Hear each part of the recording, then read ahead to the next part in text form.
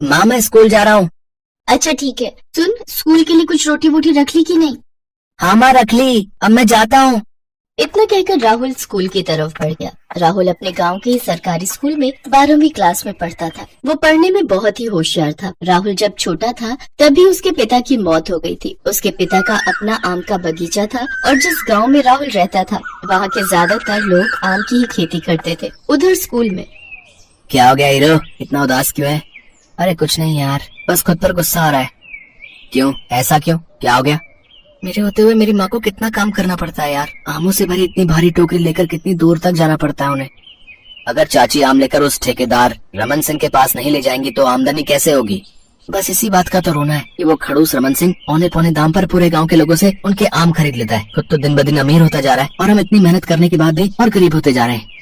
राहुल को जिस रमन सिंह पर गुस्सा आ रहा था वो गांव का ही एक बड़ा जमींदार था। गांव के सभी लोग उसे ही अपने आम बेचते थे। ऐसा करना उनकी मजबूरी थी। दरअसल गांव इतना पिछड़ा और एकांत में था कि वहाँ कोई दूसरा व्यापारी आम खरीदने आता ही नहीं था और लोगों के लिए शहर जाकर आम बेचना मुमकिन नहीं था। बस इसी मजबूरी का फायदा रमन सिंह उठाता था। राहुल ये हालात बदलना चाहता था लेकिन वो चाह कर भी कुछ नहीं कर पा रहा था। फिर उसी शाम, आज आमों के कितने पैसे मिले माँ?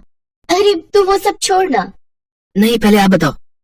कुल 15 किलो आम थे तो रमन सिंह ने 150 रुपए दिए मुझे। बस 150 रुपए? माँ तुम्हें पता है आज हमारे मास्टर साहब ने बताया कि इस वक्त शहर में आम 60 से 70 रुपए किलो बिक रहा है। हाँ पर हम कर भी क्या सकते हैं बेटा? कर सकते माँ, और मैं करके भी दिखाऊंगा। तुम देखना, मैं जरूर कुछ ना कुछ करूंगा। राहुल गुस्से से वहाँ से चला गया। उसकी माँ कलावती उसे पुकारती रही लेकिन वो नहीं रुका।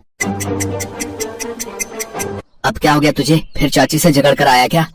हाँ यार, तो उनसे क्यों झगड़ता है? वो माँ है तेरी। मैं उनसे नाराज नहीं हूँ, मेरा खून तो उस रमन सिंह की दादागिरी पर खौलता है। अच्छा ये बता, तेरे आम कितने के बिके? पापा बता रहे थे कि 12 किलो आम के रमन सिंह ने 120 रुपए दिए बस। इसका मतलब इस बार वो सबको 1 किलो आम के बस 10 रुपए ही दे रहा है। पिछली बार तो उसने 1 किलो आम 15 रुपए में लिए थे ना। हाँ पर क्या करें, वो जो भाव देगा उसी में तो बेचना पड़ेगा ना। अगर उसे नहीं बेचे तो आम पड़े पड़े सड़ जाएंगे, फिर तो ये पैसे भी हाथ से जाएंगे जो रमन सिंह अभी दे रहा है।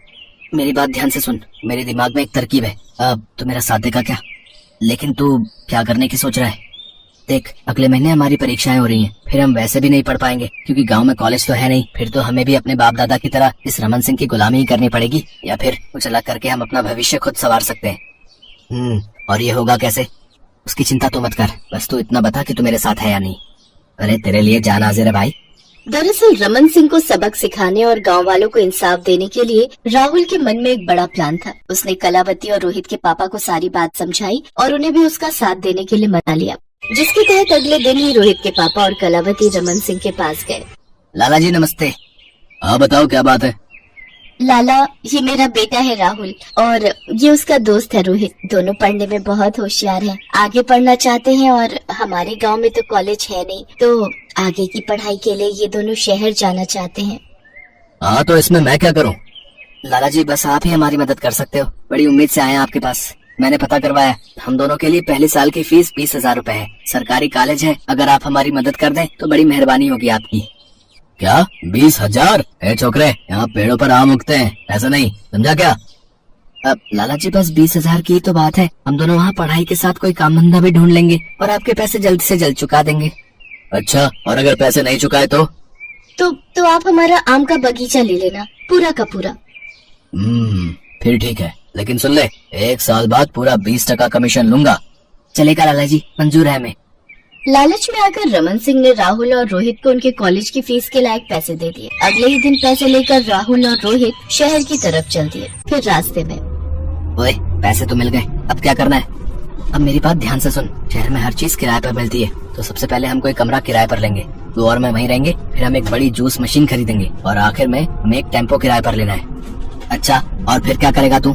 मैं उसी किराए के टेम्पो से गांव के आम यहाँ तेरे पास लाऊंगा और तू नामों का ताज़ा जूस निकाल कर बेचना। आइडिया तो जानदार है तेरा, मगर लाला को पता चला तो उसकी चिंता मत कर। मैंने सभी गांव वालों को गांव से बाहर आकर मुझे आम देने को कहा है। लाला को कानो कान खबर नहीं लगेगी।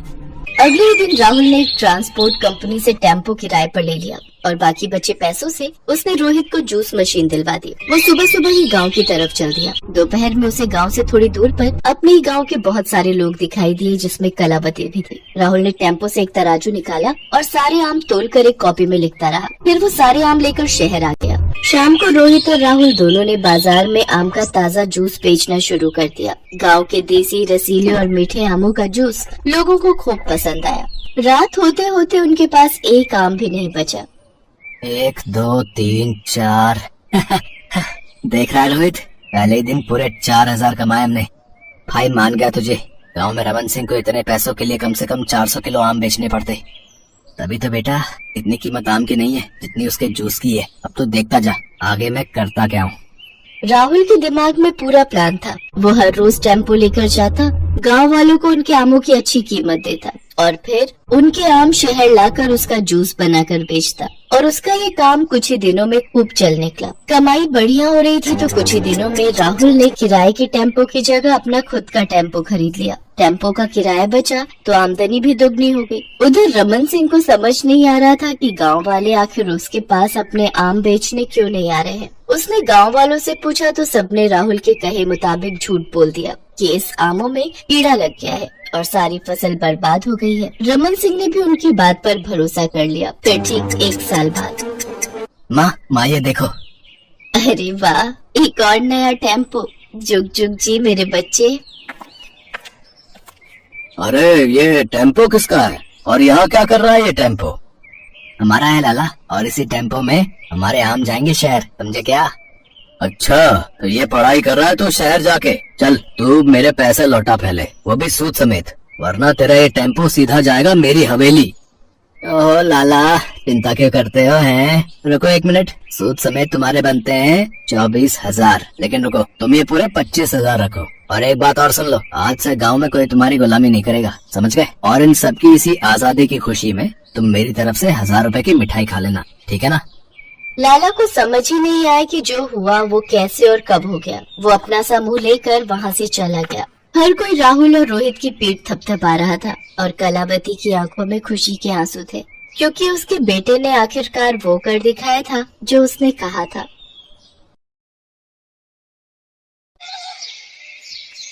मीनाक्षी अपने पति मंगल और बेटे केशव के साथ माणिकपुर में रहती थी। मंगल की मजदूरी से घर चलाना बहुत मुश्किल था और मीनाक्षी चाहती थी कि केशव बड़ा होकर पढ़ लिखकर शहर में अच्छी नौकरी पर लग जाए। इसलिए मीनाक्षी चाहती थी कि वो भी कुछ काम करे ताकि केशव की पढ़ाई लिखाई का खर्चा निकल सके। मीनाक्षी के पास एक छोटी सी जमीन थी जहाँ पर वो बेल उगाया करती थी। गांव में किसी को भी बेल का फल चाहिए होता था, वो मीनाक्षी से मांग लिया करता था। अरे मीनाक्षी जरा एक बेल तो तोड़ दे, आज बड़ा मन हो रहा है बेल खाने का। हाँ हाँ चाची मैं अभी देती हूँ, तुम रुको मैं लेकर आई। जीती रहे बहू, सचमुच तेरे में रत्ती भर भी अहंकार ना है। अच्छा मैं चलती हूँ। ये केशव कहाँ रह गया? आज स्कूल से आने में इसने बहुत देर कर दी। अच्छा वो आप आ गए, क्या हुआ? अरे बात ही कुछ ऐसी है मीनाक्षी, ठेकेदार गांव छोड़कर जा रहा है। मेरे साथ और भी मजदूर थे जो बेचारे परेशान होकर वापस अपने अपने गांव चले गए। कुछ समझ नहीं आ रहा कि क्या करेंगे, क्या कमाएंगे और क्या खाएंगे। चिंता मत करो, सब ठीक हो जाएगा। तुम हाथ मुंह धो लो, मैं खाना लगा देती हूँ। माँ जल्दी से कुछ खाने को दो, बहुत भूख लगी है। क्या बात है केशव, तूने आज स्कूल से आने में बहुत देर लगा दी। माँ कल शिक्षक दिवस है तो हम बच्चे मिलकर मास्टर जी के लिए कविता तैयार कर रहे थे, बस उसी का अभ्यास कर रहा था। माँ कल सब बच्चे मास्टर जी के लिए कुछ न कुछ उपहार लेकर आएंगे। मैं भी चाहता हूँ कि कल शिक्षक दिवस पर मैं भी मास्टर जी के लिए कोई उपहार लेकर जाऊं, पर समझ नहीं आ रहा कि मैं उन्हें क्या दूं। एक काम करो, तुम कल मास्टर जी के लिए बेल ले जाना, फल तो खाया जाता है और वैसे भी गर्मी के दिन चल रहे हैं तो वो बेल को खा भी लेंगे। ठीक है माँ, मैं कल मास्टर जी के लिए बेल ले जाऊंगा। तुम पेड़ से तोड़कर मुझे बढ़िया बढ़िया बेल के फल दे देना। केशव खुश हो जाता है। अगले दिन मीनाक्षी उसे पके हुए बेल तोड़कर दे देती है।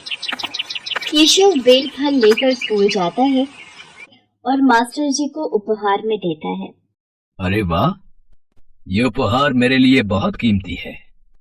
बहुत बहुत शुक्रिया केशव बेटा। अपने माता पिता को मेरी तरफ से शुक्रिया कहना। ऐसे ही दिन बीत रहे थे। मंगल काम ना मिलने की वजह से बहुत परेशान रहने लगा था। मीनाक्षी भी जब मंगल को चिंता में देखती तो उसे बहुत दुख होता था। एक दिन केशव अपनी माँ के साथ बाजार गया तो रास्ते में उसे अपने मास्टर जी मिले। मास्टर जी नमस्ते। अरे केशव बेटा, तुम? नमस्ते बेटा, नमस्ते। नमस्ते मास्टर जी, कैसे हैं आप? मैं ठीक हूँ। मंगल मिला था मुझे, बता रहा था जिस ठेकेदार के पास काम करता था वो शहर चला गया। जी मास्टर जी, इसी कारण बहुत परेशानी हो रही है। केशव को लेकर जो पढ़ाने लिखाने के सपने देखे थे वो पूरे होंगे भी या नहीं, कुछ समझ नहीं आ रहा। अरे चिंता मत करो, सब ठीक हो जाएगा। काश मैं कोई काम कर पाती तो बहुत मदद मिल जाती।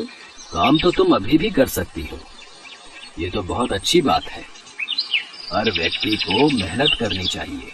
पर मास्टर जी मैं ऐसा क्या काम करूं, कुछ समझ नहीं आ रहा। बेल का शरबत। हाँ, तुम बेल का शरबत बनाकर क्यों नहीं बेचती? तुम्हारे तो खुद के बेल के पेड़ हैं, तो तुम्हें कहीं से भी कुछ खरीदने की जरूरत नहीं है। तुम आराम से ये व्यापार शुरू कर सकती हो। और फिर अभी तो गर्मियां आने वाली हैं, तो बेल का शरबत गर्मियों में बहुत बिकेगा। इसके बहुत फायदे होते हैं, लोग इसे बहुत शौक से पीते हैं। तुम्हारी अच्छी बिक्री हो जाएगी। आपने बहुत अच्छा सुझाव दिया मास्टर जी, आपका बहुत बहुत शुक्रिया। मास्टर जी का सुझाव मानकर मीनाक्षी घर आती है। वो देखती है कि मंगल को थकान और कमजोरी महसूस हो रही थी। वो मंगल को डॉक्टर के पास लेकर जाती है। घबराने की कोई बात नहीं है।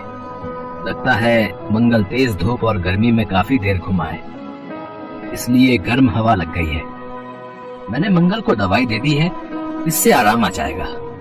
सुनो जी, आप क्यों चिंता में घुल रहे हो? अगर आपको कुछ हो गया तो मेरा और केशव का क्या होगा?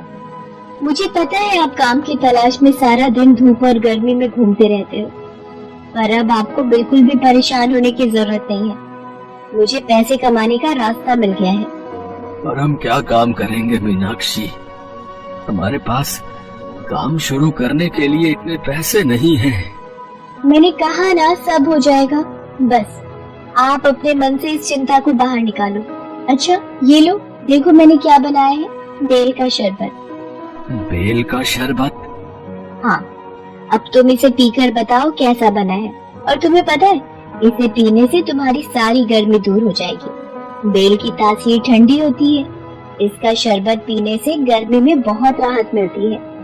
मीनाक्षी, बेल का शरबत तो पीने में बहुत ही स्वादिष्ट है, और इसको पीकर कितनी ठंडक और ताजगी महसूस हो रही है। माँ, बेल का शरबत तो पीने में बहुत ही अच्छा है, मुझे और पीना है। ये ले और पी, मैंने बहुत सारा बनाया है। और ये शरबत का एक जग तो मास्टर जी को भी दिया। आज उन्हीं के कारण मुझे इस काम को शुरू करने का हौसला मिला है। कुछ दिनों बाद मीनाक्षी बेल के शरबत का ठेला लगाना शुरू कर देती है। धीरे धीरे मीनाक्षी के ठेले पर ग्राहक आने लगते हैं। सब लोग बेल के शरबत की बहुत तारीफ करते हैं। और फिर धूप और गर्मी के मौसम में जब ठंडा ठंडा बेल का शरबत पीने को मिल जाए तो उससे बढ़िया और क्या बात हो सकती है। मीनाक्षी बेल के शरबत का ठेला लगाकर अच्छे पैसे कमा लेती थी। धीरे धीरे सब कुछ ठीक होने लगा। मंगल भी इस काम में मीनाक्षी की मदद करता था। मीनाक्षी जानती थी, जब ईश्वर की कृपा से एक रास्ता खुला है तो आगे चलकर मेहनत से कमाई के और रास्ते भी खुल जाएंगे और केशव को पढ़ाने लिखाने का सपना एक दिन जरूर पूरा होगा।